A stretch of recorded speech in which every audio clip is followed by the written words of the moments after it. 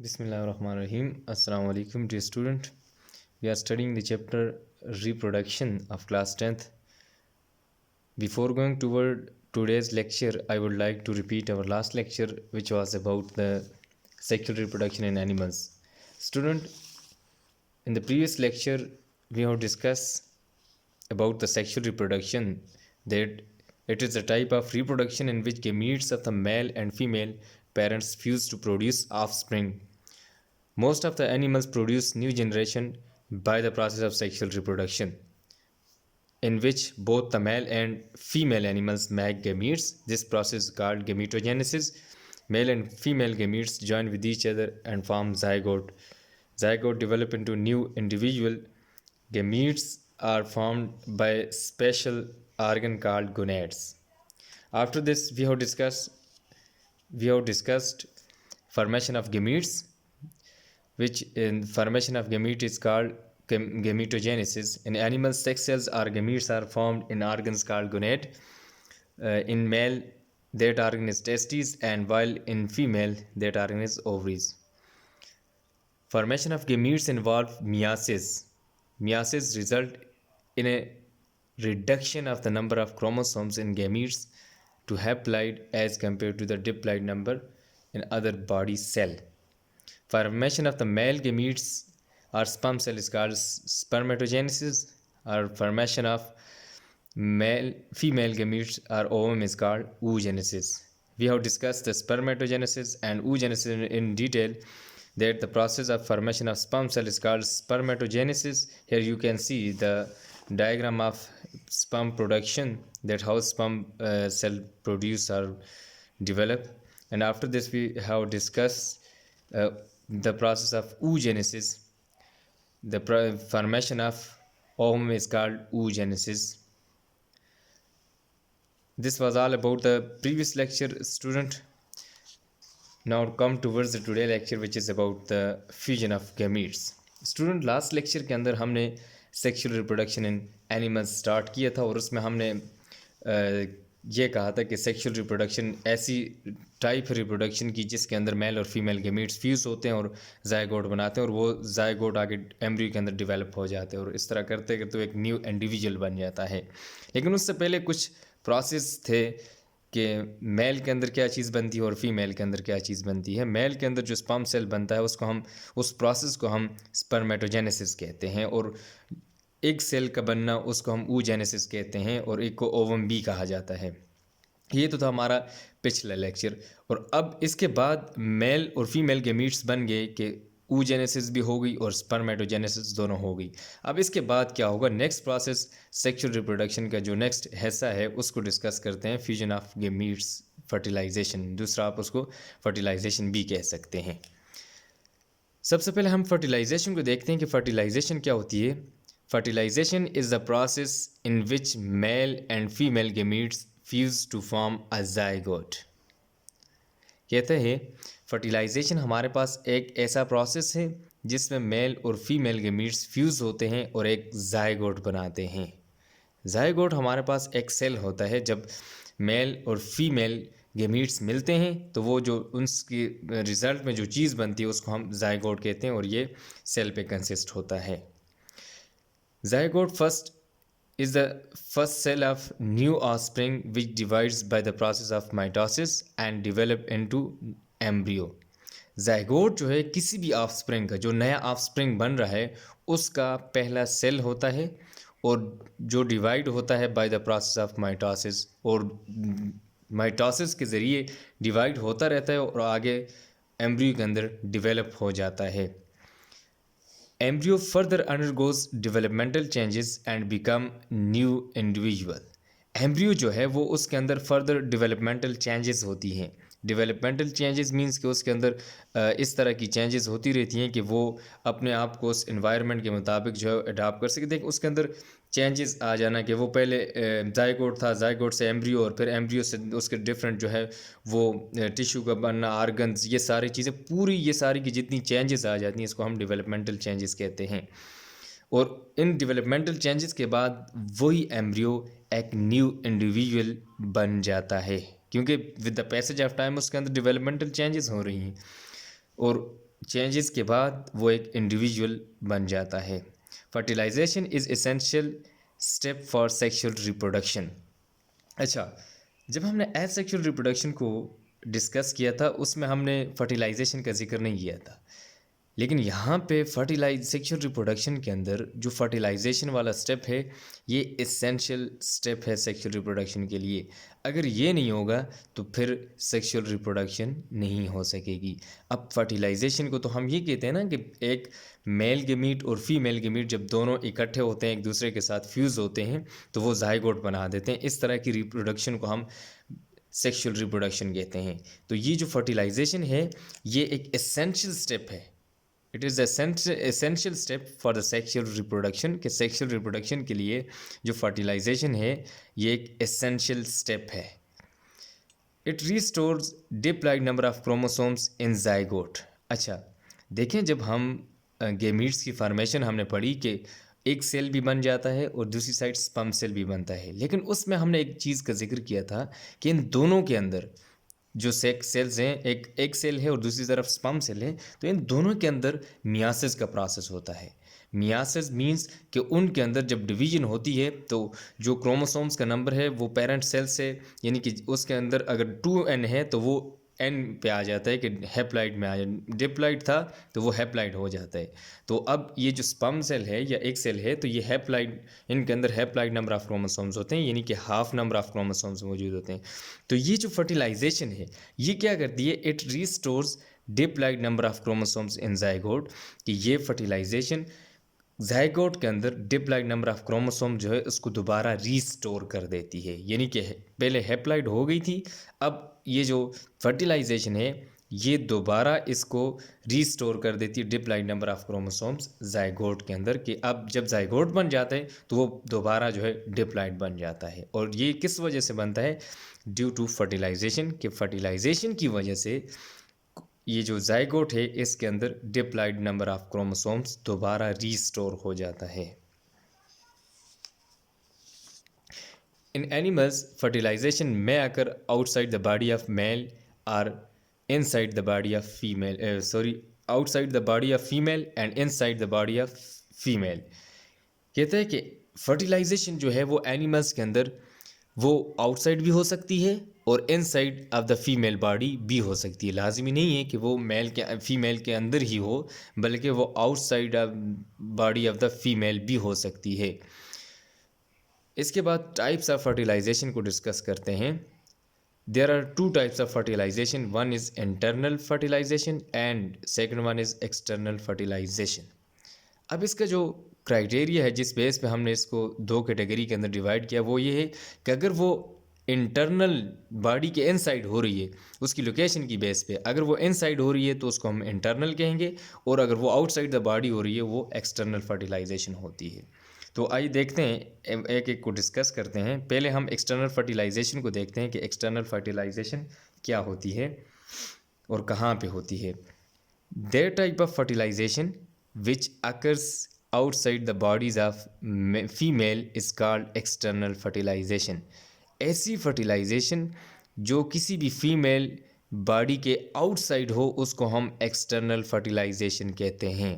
Means कि वो female की बॉडी के अंदर नहीं हो रही बल्कि वो आउटसाइड द फीमेल बॉडी हो रही है। यानी कि जब जैसे मेल जो है उससे स्पर्म सेल आता है, इसी तरह ये जो यहाँ से एक सेल रिलीज़ करेगी, जो फीमेल बॉडी होती है ज़ाहिर है अब उसके इनसाइड नहीं हो रही तो फिर ये कहाँ पे होगी। वैसे तो हम ये कहते हैं कि मेल जो है वो स्पर्म रिलीज़ करता है, लेकिन उधर यहाँ ये जो एक्सटर्नल फर्टिलाइजेशन होती है इस केस के अंदर जो फीमेल होती है ये अपना एक बी रिलीज़ करते हैं और दोनों जाकर आगे इकट्ठे होते हैं और उस तरह जाइगोट बना देते हैं। It occurs mostly in aquatic environment. ये जो है एक्सटर्नल फर्टिलाइजेशन ये ज़्यादातर जो इक्वेटिक एनवायरनमेंट है उसके अंदर ये अकर होती है, वहाँ पे ये होती है external fertilisation. Male and female animals release their sexes into surrounding. अब मेल और फीमेल एनिमल्स जो होते हैं ये अपने सेक्स सेल्स को रिलीज़ कर देते हैं अपने सराउंडिंग के अंदर। और इनका सराउंडिंग क्या है, अब अभी हमने जिक्र किया कि ये जो एक्सटर्नल फर्टिलाइजेशन है ये इक्वेटिक इन्वायरमेंट के अंदर ज़्यादा होती है। तो मीन्स कि इनका जो सराउंडिंग होगा वो हमारे पास वाटर ही होगा, कि वाटर के अंदर मेल और फीमेल एनिमल्स जो हैं अपने सेक्स सेल्स को रिलीज़ कर देते हैं। Gametes fuse with each other. अब यहाँ पे इनके जो गेमीट्स होते हैं वो एक दूसरे के साथ फ्यूज़ होते हैं। और अब होते क्या हैं, बॉडी के तो आउटसाइड है, दोनों मेल और फीमेल की बॉडी से रिलीज़ हो गई। अब ये बाहर जो हैं वो फ्यूज़ होंगे एक दूसरे के साथ। गेमीट्स जो हैं वो सराउंडिंग के अंदर यानी कि वाटर के अंदर जो है एक दूसरे के साथ फ्यूज़ होंगे। New individual develop outside the mother body. अब जो नया एक इंडिविजुअल पैदा होगा वो outside the body of mother यानी कि जो माँ है उसकी बॉडी के बाहर वो डेवलप होगा। जब इनर जो इंटरनल फर्टिलाइजेशन होती है तो वो तो मदर के इनसाइड होती है यानी कि उसके मदर के अंदर होती है। लेकिन ये जो एक्सटर्नल फर्टिलाइजेशन है इसके अंदर जो नया इंडिविजुअल बनता है वो डेवलप होता है आउटसाइड द मदर बॉडी के आउटसाइड डेवलप हो रहा होता है। In this fertilization, both the animals releases great number of gametes because there are more chances of the loss of gametes। कहते हैं कि इस फर्टिलाइजेशन के अंदर ये जो एक्सटर्नल फर्टिलाइजेशन है इसके अंदर दोनों एनिमल्स चाहे वो मेल है या फीमेल है दोनों जो हैं बहुत ज़्यादा अमाउंट में या नंबर में जो है अपने गेमीट्स रिलीज़ करते हैं। क्योंकि यहाँ पे अब सराउंडिंग में उनको तो ये नहीं पता होता कि किस जगह पे जो है वो स्पर्म सेल है या एग सेल है, एक दूसरे को तो पता नहीं होता। तो इस वजह से वो ज़्यादा नंबर में अपने जो है गेमीट्स रिलीज़ करते हैं ताकि वो फर्टिलाइज़ हो सकें और इनके चांसेस लॉस होने के ज़्यादा होते हैं। इस वजह से फिर इन चांसेस को ओवरकम करने के लिए ये जो एनिमल्स हैं ये अपने गेमीट्स के नंबर को ज़्यादा कर देते हैं यानी कि गेमीट्स को ज़्यादा रिलीज़ करते हैं। एग्ज़ाम्पल ऑफ एक्सटर्नल फर्टिलाइजेशन, इसकी जो एग्ज़ाम्पल है एक्सटर्नल फर्टिलाइजेशन की, fish and amphibian are the examples of external fertilisation. ये जो फिशेज़ हैं वर्टिब्रेट के अंदर पहली दो क्लासेस जो आती हैं हमारे पास, एक जो है क्लास स्पाइसिस या फ़िश जिसको हम कहते हैं वो, और दूसरी जो है क्लास एम्फीबियंस। ये दोनों जो है एक्सटर्नल फर्टिलाइजेशन करती हैं। यानी कि ये जो फ़िश है इसका भी मेल और फीमेल अपने गेमीट सेल्स जो होते हैं वो वाटर के अंदर रिलीज़ करते हैं और वाटर के अंदर ही उनकी जो है फर्टिलाइजेशन होती है और वहाँ पे एम्ब्रियो बनकर और फिर एम्ब्रियो से आगे एक नया इंडिविजुअल बनता है। और एम्फीबियंस जितने भी, जिस तरह आपके पास फ्रॉग हो गया, टोड, ये सारी जितनी भी हैं एम्फीबियंस वाले, ये भी इसी तरह अपनी जो गेमीट सेल्स होते हैं उनको वाटर के अंदर रिलीज़ कर देते हैं और वो गेमीट सेल्स मेल और फीमेल दोनों के जो है एक दूसरे के साथ फर्टिलाइज होते हैं, फ्यूज़ होते हैं, फर्टिलाइजेशन करके जाइगोट बना देते हैं और वही जाइगोट आगे जो एम्ब्रियो और फिर एम्ब्रियो से एक नया इंडिविजुअल बन जाता है। ये था हमारे पास एक्सटर्नल फर्टिलाइजेशन। इसके बाद देखते हैं internal fertilisation. Internal mean inside the body, that type of fertilisation which occurs inside the body of female. ऐसी फर्टिलाइजेशन की ऐसी टाइप जो फीमेल की बॉडी के इनसाइड हो रही हो उसको हम इंटरनल फर्टिलाइजेशन कहते हैं। Occurs in many land animals. ये जो इंटरनल फर्टिलाइजेशन होती है ये ज़्यादातर जितने भी खुश्की वाले जो एनिमल्स हैं, लैंड एनिमल्स हैं, उनके अंदर ये पाई जाती है internal fertilisation. In this ovum is not release outside the female body. इसके अंदर जो इंटरनल फर्टिलाइजेशन होती है इसके अंदर ओवम रिलीज़ नहीं होता आउटसाइड द फीमेल बॉडी, वो उसके अंदर ही रहता है, बल्कि स्पर्म सेल फीमेल की बॉडी के अंदर एंटर होकर वहाँ जाकर उसको फर्टिलाइज़ करता है और फिर इस तरह एम्ब्रियो बन के आगे जाइगोट बन के एम्ब्रियो और फिर एम्ब्रियो से आगे एक नया इंडिविजुअल बनता है। It stay in reproductive duct of female. ये जो ओवम होता है ये फीमेल की रिप्रोडक्टिव डक्ट जो होती है उसके अंदर स्टे करता है। After the internal fertilisation there are two ways for the development of fertilised egg. जब फर्टिलाइजेशन उनकी हो जाती है, एग वहाँ पे फर्टिलाइज हो गया, तो उसकी डेवलपमेंट के दो जो हैं रास्ते हैं, यानी कि दो तरीके हैं। एक तो ये पहला देखते हैं और फिर उसके बाद दूसरा। सम एनिमल्स ले द फर्टिलाइज्ड एग्स, कि कुछ एनिमल्स ऐसे होते हैं जो फर्टिलाइज्ड एग्स को यानी कि रिलीज़ करते हैं। फर्टिलाइजेशन हो गई, अब वो फर्टिलाइज्ड एग जो है वो रिलीज़ करते हैं। इसकी एग्जांपल है हमारे पास रेप्टाइल्स और बर्ड्स। क्लास जो हम वर्टिब्रेट्स पढ़ रहे हैं पहली 2 क्लासेस में जो है वो एक्सटर्नल फर्टिलाइजेशन, उसके बाद रेप्टाइल्स और बर्ड्स वाली जो क्लासेस हैं इनके अंदर जो है इंटरनल फर्टिलाइजेशन होती है। और इसके अंदर इंटरनल फर्टिलाइजेशन के अंदर भी ये फर्टिलाइज एग जो है उसको रिलीज़ करते हैं outside the body. Eggs are covered with by a hard shell for the protection of the embryo. अब ये जो एग है जो वो कवर हुआ होता है एक हार्ड शेल के ज़रिए, और ये हार्ड शेल उसके जो एम्ब्रियो है इनसाइड द एग उसको प्रोटेक्शन प्रोवाइड करता है। Further development of embryo takes place inside the shell outside the body of female. इसके बाद जो डेवलपमेंटल चेंजेस आती हैं एम्ब्रियो के अंदर वो इनसाइड द एग शेल यानी कि एग का जो शेल है उसके अंदर ही होती हैं, और वो जो एग होता है वो outside the body of female होता है। और इसकी जो दूसरा वे है उसको देखते हैं। In some animals the fertilise eggs remains in the reproductive duct of the female. कहते कुछ एनिमल्स ऐसे हैं जिसके अंदर जो फर्टिलाइज है कि वो रिप्रोडक्टिव डक्ट के अंदर ही रहता है, और इसकी एग्जांपल्स हैं हमारे पास मैमल्स। जितने भी मैमल्स हैं, क्लास मैमल्स हैं, इसके अंदर जितने भी एनिमल्स आते हैं उनका जो फर्टिलाइजर होता है वो उनकी रिप्रोडक्टिव डक्ट के अंदर ही रहता है, फीमेल बॉडी के रिप्रोडक्टिव डक्ट के अंदर ही रहता है, वो बाहर रिलीज़ नहीं करते। Development of embryo take place.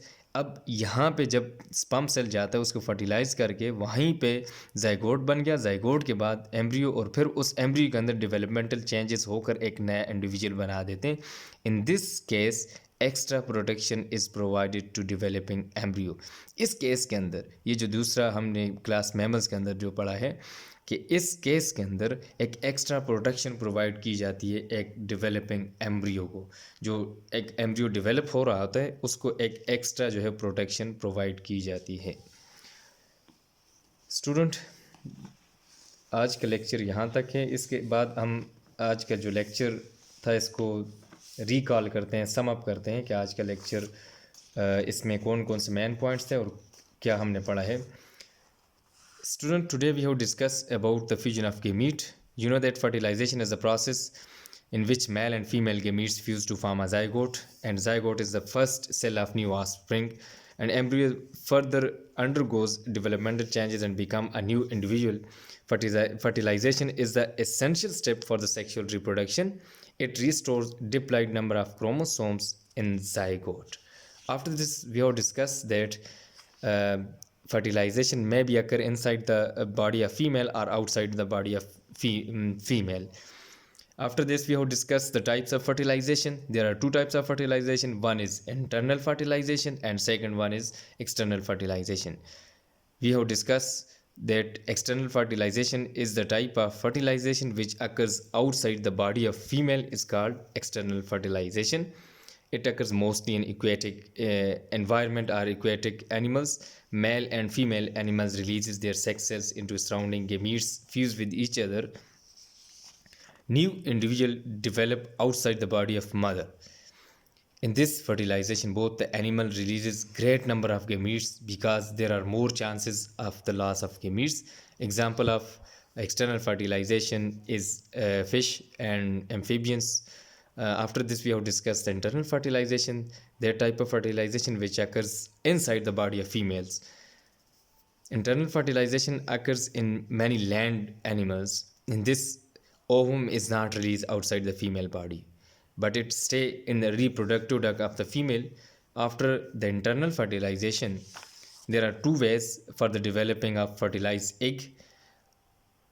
Number one is some animal lay the fertilized egg. Example of these animal are reptiles and birds. Eggs are covered by an extra hard shell for the protection of embryo because this shell provide protection to the embryo. Further development of embryo take place inside the egg shell outside the body of female. And after this, another way which I have discussed that in some animals the fertilized egg remains in the reproductive duct of the female.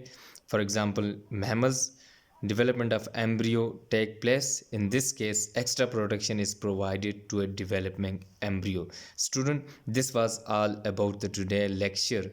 If you have any problem, you may ask. Student, आज की जो आपकी home assignment है, आपने fusion of gametes पहले उसको define करना है कि वो क्या होती है फर्टिलाइज़ेशन को, और उसके बाद फिर आपने इंटरनल और जो एक्सटर्नल फर्टिलाइज़ेशन है इनके मेन पॉइंट्स लिख के लाने हैं। और आपने जो असाइनमेंट्स है, ये जितनी भी आपको असाइनमेंट्स मिल रही हैं, आपने असाइनमेंट्स पेजेस के ऊपर लिखकर एक बायोलॉजी की फ़ाइल बना दें, उसके अंदर रखते जाएं, और जिस दिन आप कॉलेज या स्कूल आएंगे तो वो फ़ाइल जो है वो साथ लेकर आएँ, ताकि आपके लिए आसानी हो, आपको ढूंढनी ना पड़े, और एक ही जगह पे पूरा सेट आपका पड़ा हुआ हो, और आप आकर अपने कंसर्न टीचर के पास अपनी जितनी भी असाइनमेंट हैं वो जमा करवा सकें। बहुत शुक्रिया। अल्लाह हाफ़िज़।